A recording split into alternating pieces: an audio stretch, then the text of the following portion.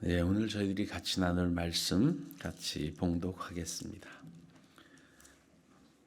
신약성경 마가복음 3장 20절에서 35절까지입니다.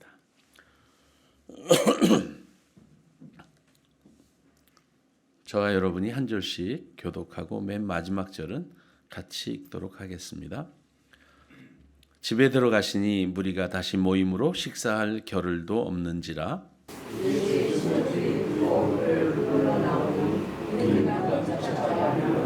예루살렘에서 내려온 서기관들은 그가 바알세불이 집혔다 하며 또 귀신의 왕을 힘입어 귀신을 쫓아낸다 하니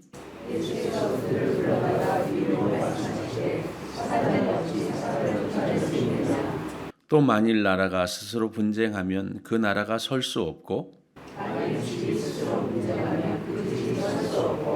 만일 사탄이 자기를 거슬러 일어나 분쟁하면 설 수 없고 망하느니라.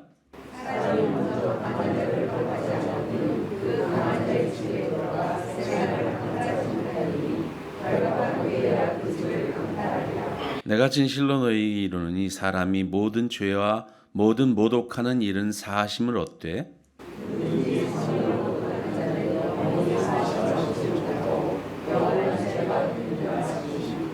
이는 그들이 말하기를 더러운 귀신이 들렸다 함이로라.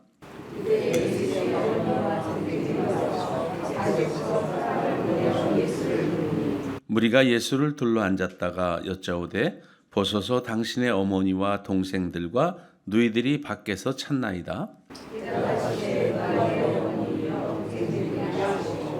둘러앉은 자들을 보시며 이르시되 내 어머니와 내 동생들을 보라. 누구든지 하나님의 뜻대로 행하는 자가 내 형제요 자매요 어머니이니라. 기도하겠습니다. 하나님 아버지, 오늘 주일 예배의 자리에서 또 주의 말씀을 듣습니다. 말씀에 담겨진 하나님의 뜻을 깨달아 알 수 있도록 성령께서 우리의 마음을 주관해 주시고 살펴주시고 오직 주의 뜻이 전하는 자와 듣는 자 가운데 역사하게 하여 주옵소서. 예수님의 이름으로 기도드립니다. 아멘. 오늘 말씀 제목은 누가 내 어머니이며 동생들이냐. 오늘 말씀은 처음 본문 시작을 이렇게 하죠.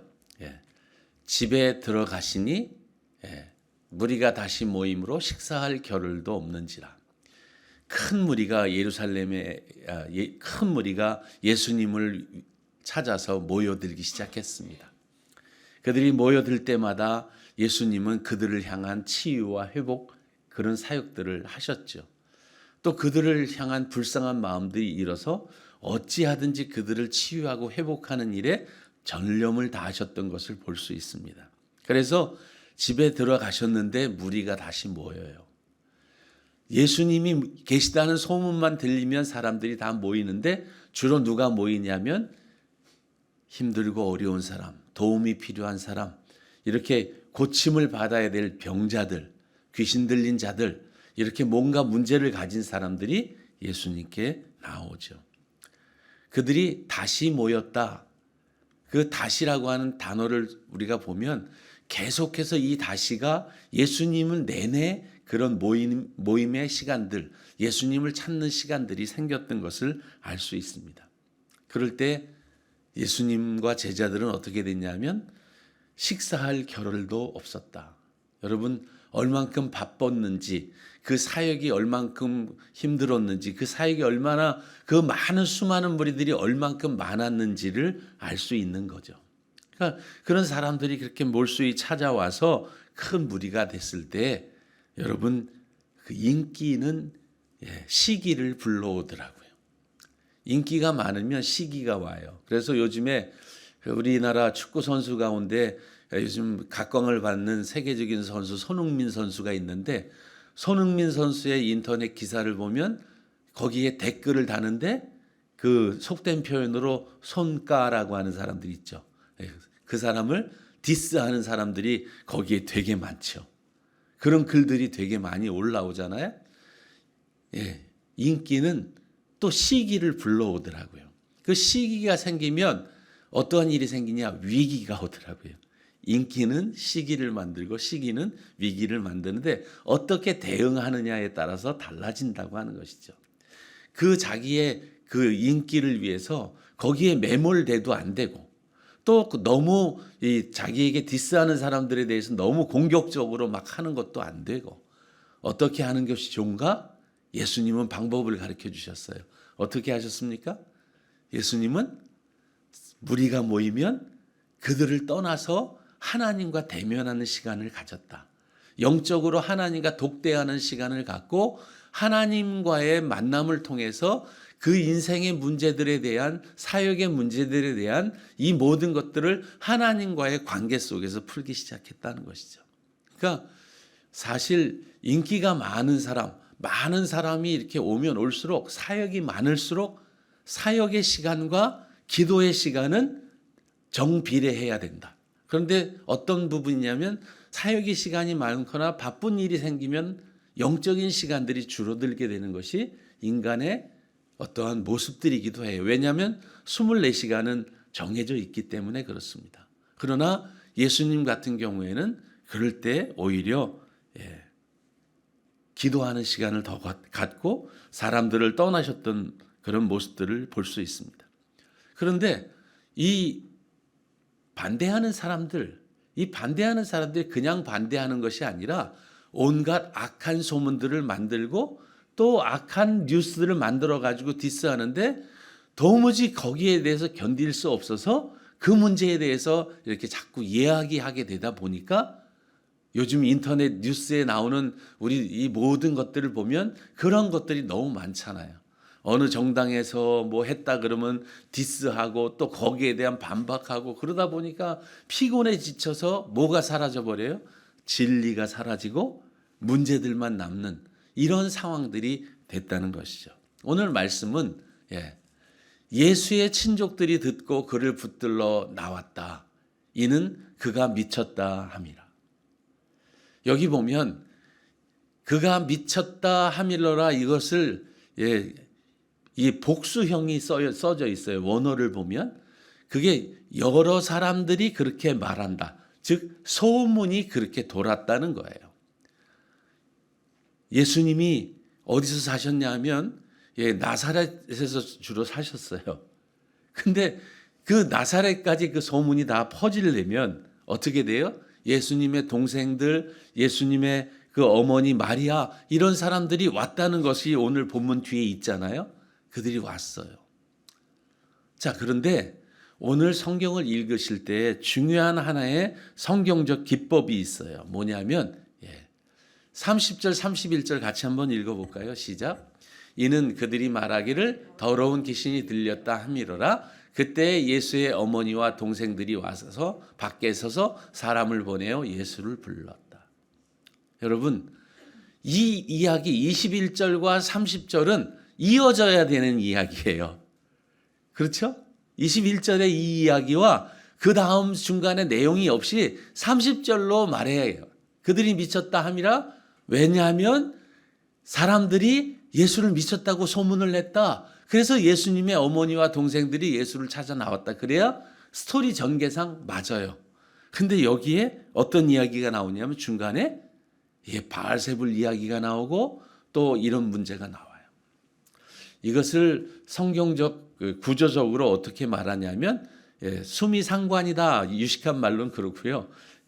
그냥 쉽게 생각하면 샌드위치 기법이다. 이렇게 말합니다. 샌드위치 기법 어떤 거냐면 샌드위치는 어떤 분은 빵을 드시기 위해서 속을 넣어서 드시는 분도 계시긴 하지만 주로 우리는 속에 있는 것 때문에 우리는 빵을 싸서 먹잖아요. 속에 있는 걸 먹으려고. 그러니까 중요한 게 어디 들어있냐면 요 사이에 들어있습니다. 그러니까 성경을 읽으실 때 이런 게 앞에 나오고 뒤에 뭐가 나와 그러면 중간을 잘 살펴보셔야 돼요. 거기에 중요한 내용들이 들어있습니다. 오늘 그 내용들이 이제 제가 여러분들하고 같이 나눌 말씀이기도 합니다. 여러분, 예루살렘에서 내려온 사람들 누가 내려왔습니까? 서기관이 내려왔어요. 그들이 예수님을 어떻게 했어요? 그들은 예루살렘으로부터 파견된 사람입니다. 야, 저쪽에 가버나움에 저쪽 갈릴리 동네에 이상한 사람이 나타났는데 가서 조사해봐. 요즘 말로 하면 진상조사단 같은 거죠. 그래가지고 가서 그 사람에 대해 조사해서 그 사람이 이단성이 있는 건지, 그가 말하고 있는 내용이 잘못된 것이 있는지 없는지 살펴가지고 그거에 대한 보고서도 쓰고 거기에 대한 적절한 조치를 할 수 있도록 하고 왔는데, 그가 어떻게 했다고요? 바알세불이 집혔다, 또는 귀신의 왕을 힘입어 귀신을 쫓아낸다, 이렇게 말했다. 당시에 바알세불은 블레셋 사람들이 섬기던 신이었습니다. 귀신의 왕이라고 하고 유대인들은 파리대왕이라고 했어요. 오물의 신이라고도 했습니다. 여러분, 파리가 프랑스 파리를 얘기하는 거냐, 윙윙 날아다니는 파리를 얘기하는 겁니다. 지저분한 신의 왕이라는 거예요. 그것을 이제 사탄의 대명사처럼 바알세불을 사용을 해요, 유대인들이. 자, 그러면 이 이야기는 당시에 서기관들이 없던 얘기를 만들어냈을까요? 있던 얘기를 예수님께 갖다 붙였을까요? 있던 이야기를 붙였어요. 당시에 어떤 일이 생겼냐면, 귀신 들린 자의 귀신을 쫓아내는 방법 가운데 자기들이 안 되니까 누구의 힘을 빌렸습니까? 바알세불의 힘을 빌려서 그 귀신을 쫓아내던 있던 그런 일들이 그때 많이 성행돼 있었다는 거예요. 그러니까 야, 저 사람이 귀신을 쫓아내는 거 보니까 모르긴 몰라도 바알세불이 그 안에 점령했어. 바알세불에게 세뇌당하거나 바알세불에 요즘 신들렸다는 표현하는 거죠. 그러니까 바알세불이 그에게 점령했어. 그러니까 그는 바알세불의 능력을 통해서 그런 귀신을 쫓아내는 일을 한다, 이렇게 얘기했을 때 예수님이 이 말을 듣고 이제 해명을 하십니다. 그리고 반박을 하셔요. 어떻게 반박하느냐 하면 이렇게 얘기하죠.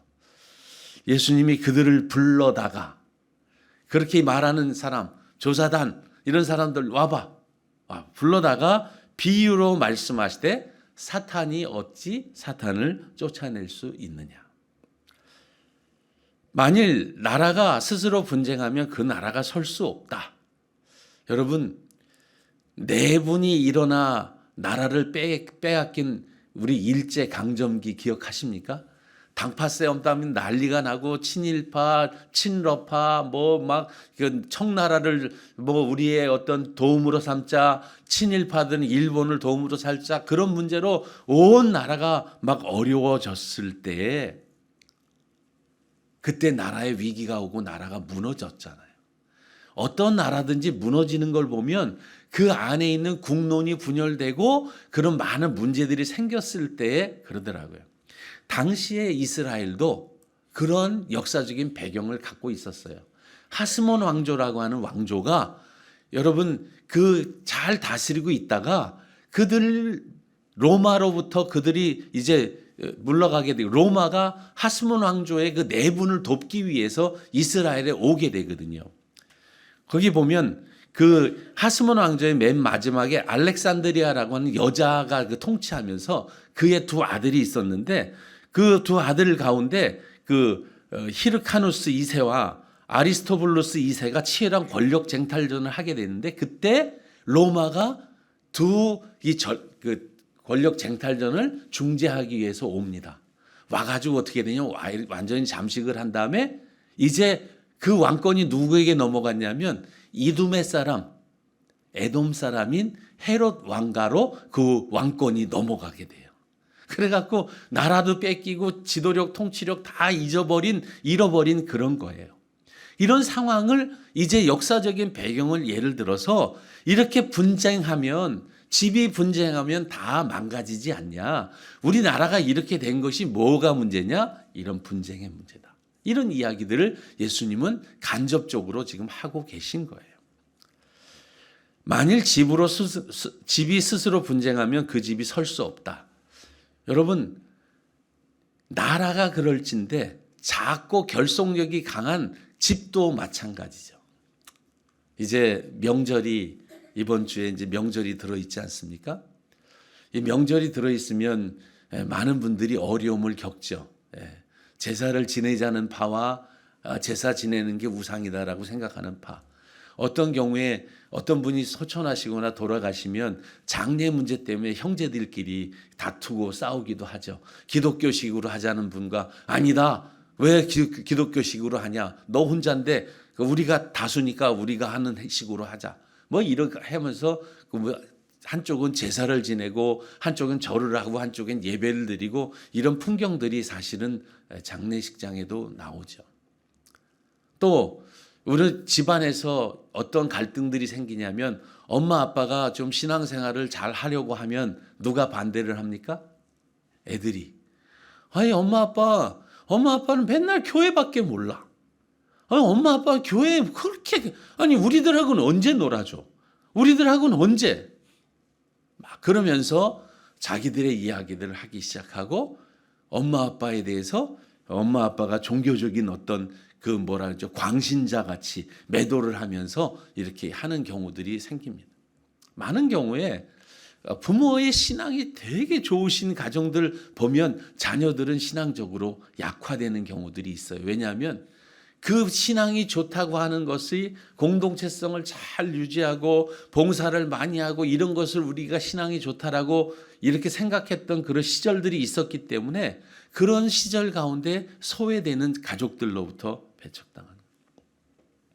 제가 예수를 맨 처음에 믿게 됐을 때 제 친구들이 제게 했던 말이 야 너는 왜 매 주일날마다 그렇게 교회 간다고 한 번 좀 빠지면 안 되냐? 한 달에 한 번 만나는데 야 그 한 주 빠진다고 뭐 천국 못 가니? 뭐 그런 사람도 있고요. 한 달에 한 주 그 빠지는 게 뭐가 그렇게 이러는 경우 또 어떤 경우에는 헌금 갖고 시비를 거는 가족들도 있잖아요. 엄마 아빠는 나한테 내가 해달라는 거 하나도 안 해주면서 한 11조 드리고 엄마 아빠 교회에 갖다 바치는 걸 보면 작지도 않은 금액을 드리는 것 같은데 맨날 돈 없다 그러면서 그건 뭐냐고. 그런 얘기 들어보신 적 있으십니까? 그런 얘기 들어보게 됩니다. 왜? 우리가 신앙적으로 열심히 하다가 보면 그렇게 되죠. 그런데 그 내 얘기가 다 맞는가? 다 맞지는 않고 일부는 맞는 것도 있고 그렇습니다. 사실은 우리가 신앙의 진리를 모르고 이것을 모르면 그렇게 잘못 오해하고 공격할 수 있는 것이죠. 예수님이 지금 말씀하시는 것은 뭐냐면 예수님이 지금 오셔서 하시는 사역이 얼만큼 중요한 사역이고 이것이 가장 하나님이 기뻐하시는 사역을 하고 있는 것인데 이것을 뭐라고 말하냐면 바알세불이 집혔다. 귀신의 힘을 빌어서 귀신을 쫓아낸다. 이렇게 말하는 당시에 그들이 얼만큼 잘못됐는가 하는 것들을 이야기하는 거죠. 그래서 예수님은 진리에 대해서 이야기를 하시는 거죠. 문제가 생기면 정답은 진리입니다. 가족들 가운데 어려움이 생기고 가족들 가운데 있으면 그 아이들을 잘 설득하고 진리를 그래서 같이 그런 문제들을 같이 나눌 필요가 있는 것이죠. 여러분 오늘 구원 사역에 대한 심판을 얘기하고 계신 것을 우리가 한번 봐야 돼요. 그래서 29절에 보면 29절 같이 한번 읽어볼까요? 시작. 누군지 성령을 모독하는 자는 영원히 사하심을 얻지 못하고 영원한 죄가 되느니라 하시니. 그런데 그 위에 구절에 거기에 보면 내가 진실로 너에게 이르노니 사람의 모든 죄와 모든 모독하는 일은 사하심을 얻되라고 하는 단어 가운데 하나는 얻지 못하는 것도 있다. 모든 죄, 사실은 우리 주님이 용서 못하실 죄가 없습니다. 모든 죄는 다 우리가 고백하고 우리가 주님 내가 이런 죄가 있습니다 고백하면 주님이 다 용서하십니다. 그런데 용서하심을 얻지 못하는 죄가 있는데 그게 뭐예요? 구원에 대해서 오해하고 구원을 받아들이지 않을 때 그건 방법이 없는 거예요. 그건 용서하심을 받을 수가 없어요. 예수 그리스도의 구원, 그분의 구속 사역이 어떠한지를 모르는 사람들이 귀신의 왕을 이용해서 귀신을 쫓아낸다고 하는 그들은 용서받을 수 없는. 왜요? 구원은 예수 그리스도 그분이 주시는 것이기 때문에 그렇습니다. 그러면서 오늘 이상한 예화를 하나 드시죠. 어떤 것을 드세요? 사람이 먼저 강한 자를 결박하지 않고는 그 강한 자의 집에 들어가 세간을 강탈하지 못하리니 결박한 후에야 그 집을 강탈한다. 사람, 그 사람이 누구냐면 예수 그리스도를 말씀하십니다. 예수 그리스도께서 그 귀신 들린 자들을 온전하게 하려면 그 귀신 들린 자의 왕 바알세불 사탄을 완전히 제어해야 그 사람을 고칠 수 있는 거 아니냐? 내가 바알세불이 아니라 나는 그들을 제어하기 위해 이 땅에 온 하나님의 아들. 그래서 인자 이야기를 계속하는 거예요. 인자. 그래서 그 구속에 대한 이야기를 통해서 그 구속이 사람들에게 이루어져야 된다는 것을 이야기합니다. 우리 속에 있는 잘못된 생각, 잘못된 믿음, 잘못된 사고방식, 우리 속에 있는 잘못된 것들을 예수 그리스도의 진리가 우리 안에 들어오시면, 우리 안에 성령으로 오시면 그것들을 다 내어 쫓는 것이죠. 이런 부분들이 있어야 되는 것인데 이게 없을 때 우리는 어려움을 겪게 되는 것입니다.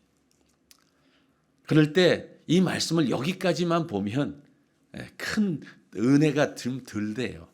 그런데 이 말씀을 누구에게 전했다라고 마가복음은 여러분 기억하고 계십니까? 로마에 당시에 있었던 핍박받던 그리스도인들. 그들 가운데는 누구의 배척을 받습니까? 가족의 배척도 받고 또 정권의 공격도 받고 수많은 사람들의 모함도 받고 아까 얘기하는 것처럼 여러분 우리 가족들 가운데 누가 한 사람이 국가의 법을 어겨서 그가 구속되거나 그가 사형을 당하게 되면 그 가족들은 어떻게 됩니까? 가족들도 같은 피해를 입게 되고 가족들 가운데 어려운 문제들이 생길 때 그때 나올 수 있는 이야기가 뭐냐면 아니 왜 그 예수인지 뭔지 그걸 믿어가지고 우리 집에 평지풍파가 나게 해. 제가 어렸을 때 들었던 말 가운데 이런 거예요. 집에 신이 둘이면 안 된대요. 예수 믿는 사람하고 불교 뭐 이런 게 있으면 그 신끼리 싸워갖고 집이 안 된대요. 그러면서 뭐라고 얘기했냐면 예수 믿는 너 때문에 우리 집이 안 돼. 이런 얘기, 전설 같은 이야기를 들어보신 적이 있으실 겁니다. 그런 겁니까? 이런 이야기들을 가지고 우리를 공격해 오는 거예요. 이런 걸 공격해 올 때 그 당시에 로마에 그 핍박받던 그리스도인들은 오늘 이 말씀이 어땠을까? 여러분, 예수님이 이렇게 말씀하세요. 가족에 대한 이야기를 다시 돌아가서 설명하세요. 그때 예수의 어머니와 동생들이 와서 밖에 서서 사람을 보내어 예수를 불렀다. 무리가 예수를 둘러 앉았다가, 여기 무리라고 하는 단어가 나오면 무리는 항상 백성이란 단어하고 대비해서 생각해 보시라고 말씀드렸어요. 무리가 예수를 둘러 앉았다가 여짜오되 보소서 당신의 어머니와 동생들과 누이들이 밖에서 찾나이다. 대답하시되 누가 내 어머니이며 동생들이냐? 오늘 말씀 제목입니다. 누가 내 어머니며 내 동생들이냐? 뭐라고 말씀하십니까? 둘러앉은 자들을 보시며 이르시되, 같이 한번 읽어볼게요.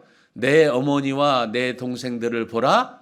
또는 형제들, 누구든지 하나님의 뜻대로 행하는 자가 내 형제요 자매요 어머니이니라. 거기 또는 형제들은 요거 가로인데 가로를 안 쳤네요. 가로예요. 그거는 앞에 있는 그 문구가 있어요. 그거 다시 읽어보면 이렇게, 내 어머니와 내 동생들을 보라. 누구든지 하나님의 뜻대로 행하는 자가 내 형제요 자매요 어머니이니라. 예수 그리스도께서 이 이야기를 누구에게 들려주고 싶은가? 마가는 로마에 핍박받고 있는 그들에게, 당신들 지금 핍박받고 계십니까? 당신들이 예수 그리스도의 가족입니다. 예수 그리스도의 사람입니다. 어렵고 힘든 가운데 있는데 예수님이 당신을 배척하고 모른 척하는 게 아니라 오늘 내 어머니요 내 형제라고 말하는 사람 누구라고요? 하나님의 뜻대로 행하는 사람.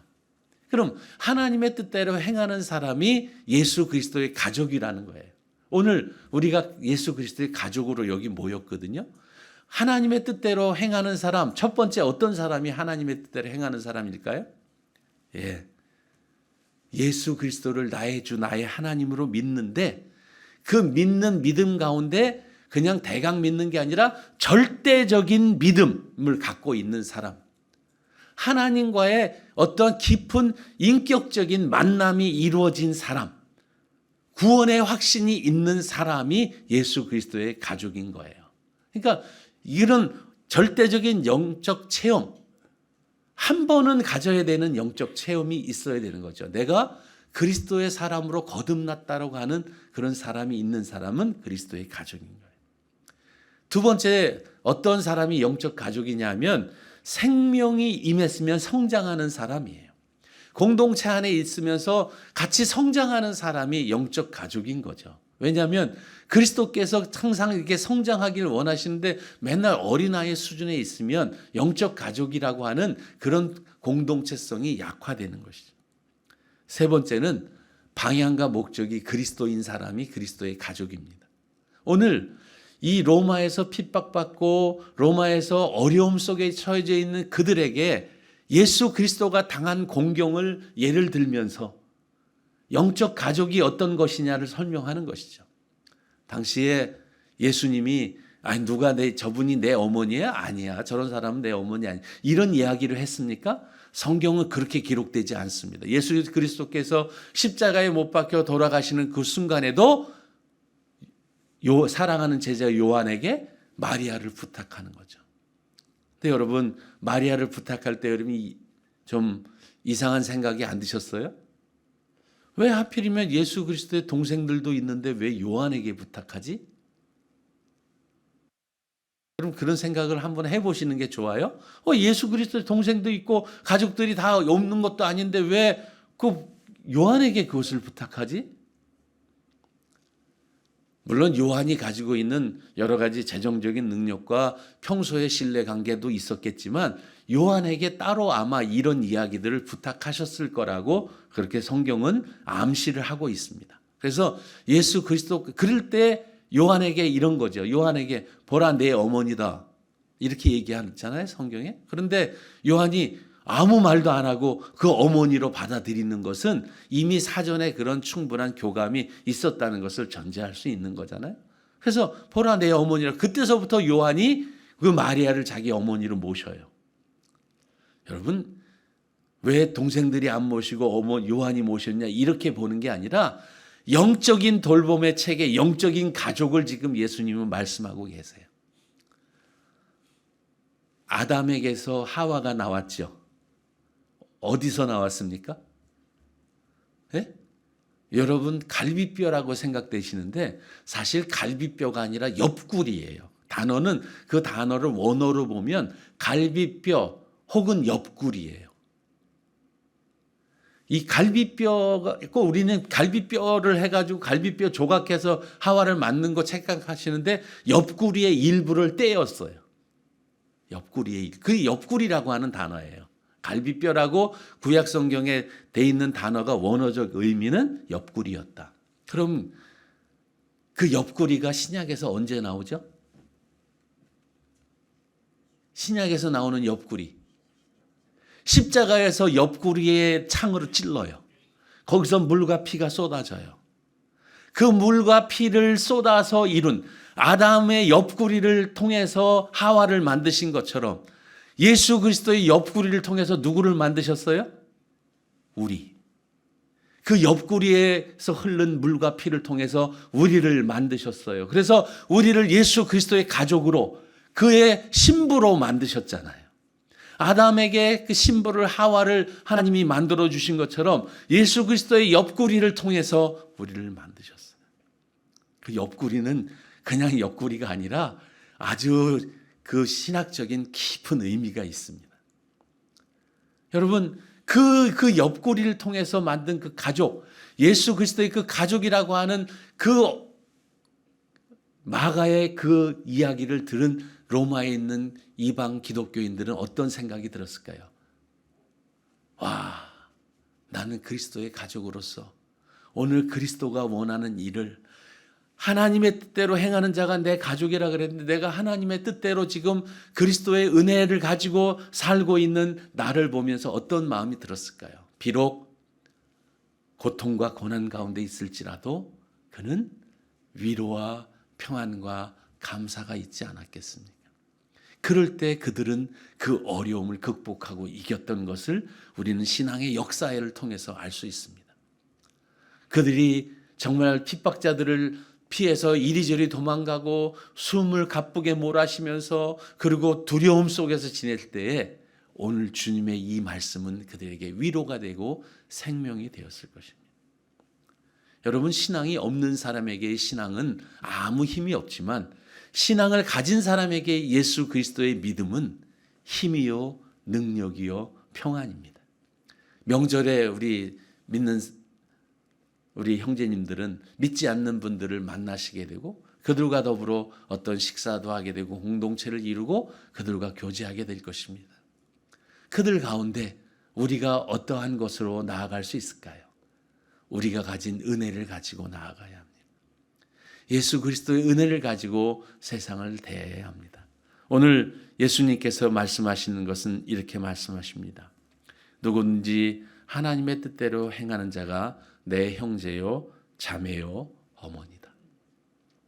그 하나님의 뜻대로 행하는 게 교회 안에서 하나님의 뜻대로 행하는 것도 필요하지만 세상 가운데서 하나님의 뜻대로 행하는 행함이 우리 가운데 있을 때 우리는 그리스도께서 잘하였도다. 너는 역시 내 가족이야. 이런 그 위로의 말씀, 기쁨의 말씀이 들려지게 될 것입니다. 이번 명절 우리가 다시 한번 믿음으로 승리하고 세상을 믿음으로 이겨나가는 그런 복된 한 주가 되기를 주의 이름으로 부탁드립니다. 기도하겠습니다.